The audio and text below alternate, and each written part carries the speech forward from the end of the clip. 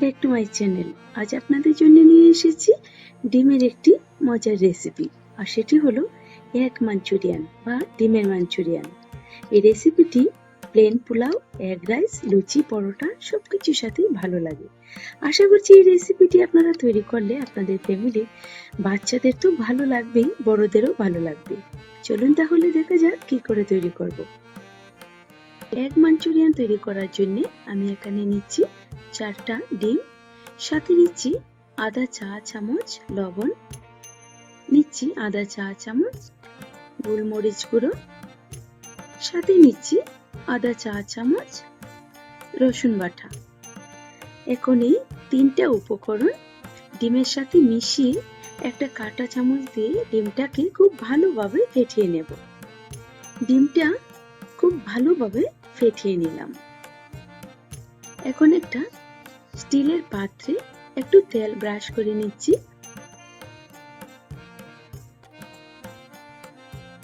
তেলটা ব্রাশ করে এই পাত্রে এখন ফেটানো ডিমটা ঢেলে দিচ্ছি। এই ডিমটাকে স্টিম করে একটা পুডিং তৈরি করতে হবে। তবে আপনারা স্টিলের পাত্রের পরিবর্তে কেকের মোল্ডেও এই পুডিংটা তৈরি করতে পারেন। ডিমটাকে পাত্রে ঢেলে চলে যাচ্ছি নেক্সট স্টেপে। চুলায় এখন একটা প্যান বসিয়ে 2 কাপ পরিমাণ জল দিয়ে জলটাকে ফুটিয়ে এই ফুটন্ত জলে ডিমের পাত্রটা বসিয়ে ঢাকনার ছিদ্রটাকে ঢেকে 15 মিনিট সময় অপেক্ষা করব।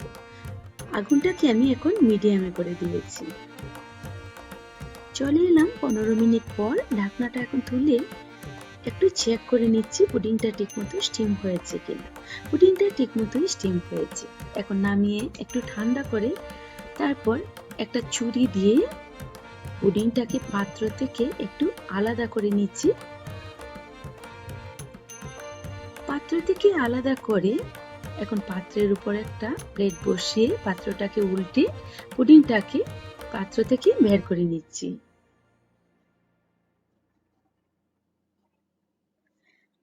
পুডিংটাকে পাত্র থেকে বের করে নিলাম। এখন একটা ছুরি দিয়ে এই পুডিংটাকে কিউব করে কেটে নেব। প্রথমে লম্বা লম্বি করে কেটে নিচ্ছি, তারপর আড়াআড়ি করে কেটে নিচ্ছি। আমি যে সাইজের কাটছি আপনারা চাইলে এর থেকে ছোটও করতে পারেন, আবার চাইলে বড় করেও কাটতে পারেন।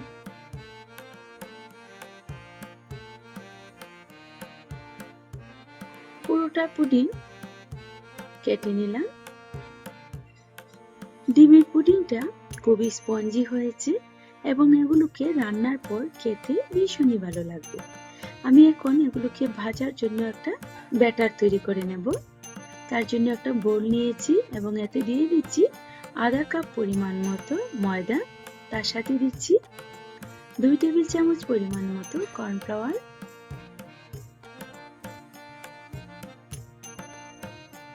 সাথে দিচ্ছি আধা চা চামচ লবণ, সামান্য গোলমরিচ গুঁড়ো এবং সামান্য লাল মরিচ গুঁড়ো। এখন 1.25 কাপ পরিমাণ জল দিয়ে ময়দাটাকে গুলে ব্যাটার তৈরি করে নেব। তবে জলটাকে একসাথে দেওয়া ঠিক হবে না, কারণ পুরোটা জল নাও লাগতে পারে। তাই অল্প অল্প দিয়ে আন্দাজ করে নিতে হবে পুরোটা জল লাগবে কিনা। আমি জলটাকে কয়েকবারে ঢেলে নিচ্ছি। আমি পুরো 1.25 কাপ পরিমাণ জলই দিয়ে দিলাম। আমি এখন একটা চামচ দিয়ে তুলে ব্যাটারের কনসিস্টেন্সিটা দেখিয়ে নিচ্ছি। দেখুন, বেশি পাতলাও না আবার বেশি ঘনও না, ঠিক মাঝারি রকমের। তবে আপনারা চাইলে আরেকটু ঘন করতে পারেন, কিন্তু কিছুতেই পাতলা করা যাবে না। পাতলা করলে এই পুডিংয়ের গায়ে ব্যাটারটা একদমই লাগবে না। আমি এখন কেটে রাখা পুডিংটাকে ব্যাটারে ঢেলে দিয়ে চামচ দিয়ে ব্যাটারটাকে পুডিংয়ের সাথে খুব ভালোভাবে লাগিয়ে নিলাম। এখন চলে যাচ্ছি নেক্সট স্টেপে। চুলায় একটা প্যান বসিয়ে পর্যাপ্ত পরিমাণ তেল দিয়ে তেলটাকে গরম করে এখন এক এক করে এই পুডিংয়ের টুকরোগুলিকে ভেজে নিচ্ছি। আগুনটাকে মিডিয়ামে রেখে একসাথে বেশ কয়েকটা করে ভেজে নিচ্ছি। তবে ভাজার সময় তেলে দেওয়ার সাথে সাথেই উল্টানো যাবে না, একটু শক্ত হওয়ার পর উল্টাতে হবে। আমি কয়েকবার উল্টে পাল্টে বাদামি রং করে ভেজে নিলাম। এখন তেল থেকে তুলে নিচ্ছি। ভাজার সময় খেয়াল রাখতে হবে উপরের কোটিংটা যেন মুচমুচে হয়।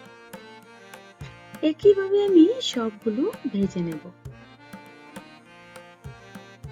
সবগুলো আমি ভেজে নিলাম। এখন চলে যাচ্ছি নেক্সট স্টেপে। প্যান থেকে সবটুকু তেল সরিয়ে 3 টেবিল চামচ পরিমাণ মতো রেখে দিলাম। এখন তেলটাকে ভালোভাবে গরম করে দিয়ে দিচ্ছি 1 টেবিল চামচ পরিমাণ মতো রসুন কুচি। রসুনটাকে ভেজে নিচ্ছি। রসুনটা ভাজা হয়ে গেলে দিয়ে দিচ্ছি 1 কাপ পরিমাণ মতো ছোট ছোট কিউব করে কেটে রাখা পেঁয়াজ। এখন পেঁয়াজটাকেও একটু হালকা করে ভেজে নিলাম। এই পর্যায়ে দিয়ে দিচ্ছি 1 চা চামচ পরিমাণ মতো আদা বাটা। আদাটাকে একটু ভেজে দিয়ে দিচ্ছি আধা কাপ পরিমাণ মতো হলুদ ক্যাপসিকাম, আধা কাপ পরিমাণ মতো লাল ক্যাপসিকাম, আধা কাপ পরিমাণ মতো সবুজ ক্যাপসিকাম। এখন এগুলোকে একসাথে করে একটু সময় ভেজে নিচ্ছি। কিছুক্ষণ ভাজার পর দিয়ে দিচ্ছি 1 টেবিল চামচ পরিমাণ মতো সয়া সস, 3 টেবিল চামচ পরিমাণ মতো টমেটো সস,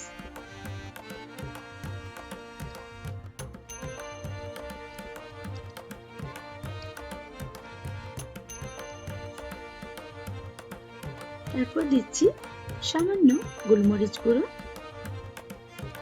দিচ্ছি স্বাদ মতো লবণ। এখন সবকিছুকে একসাথে মিশিয়ে কিছুক্ষণ সময় কষিয়ে নিচ্ছি। কষানো হয়ে গেলে এই পর্যায়ে দিয়ে দিচ্ছি 1 চা চামচ পরিমাণ মতো ওয়েস্টার সস। এই ওয়েস্টার সসটা দেওয়ার ফলে রেসিপিতে বাড়তি একটা স্বাদ আসবে। ওয়েস্টার সসটাকে মিশিয়ে একটা বাটিতে 1 টেবিল চামচ পরিমাণ কর্নফ্লাওয়ার নিয়ে আধা কাপ জলের সাথে ভালোভাবে গুলে নিচ্ছি। এখন এই জলে গুলা কর্নফ্লাওয়ারটাকে সসের মাঝে দিয়ে দিচ্ছি। তারপর দিচ্ছি 4টা কাঁচামরিচ মাঝখানে কেটে। আগুনটাকে একটু কমিয়ে নিলাম।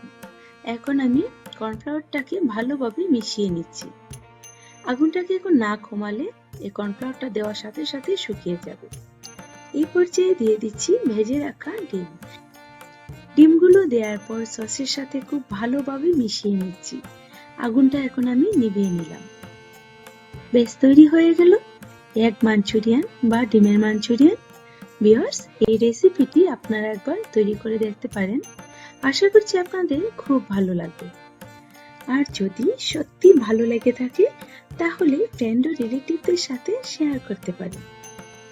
আর যারা আমার চ্যানেলে নতুন ফ্রেন্ড আছেন তারা প্লিজ আমার চ্যানেলটিকে সাবস্ক্রাইব করে নেবেন। আজ তাহলে বিদায় নিচ্ছি। আবার দেখা হবে অন্য কোনো রেসিপি নিয়ে। সে পর্যন্ত সবাই খুব ভালো থাকবেন।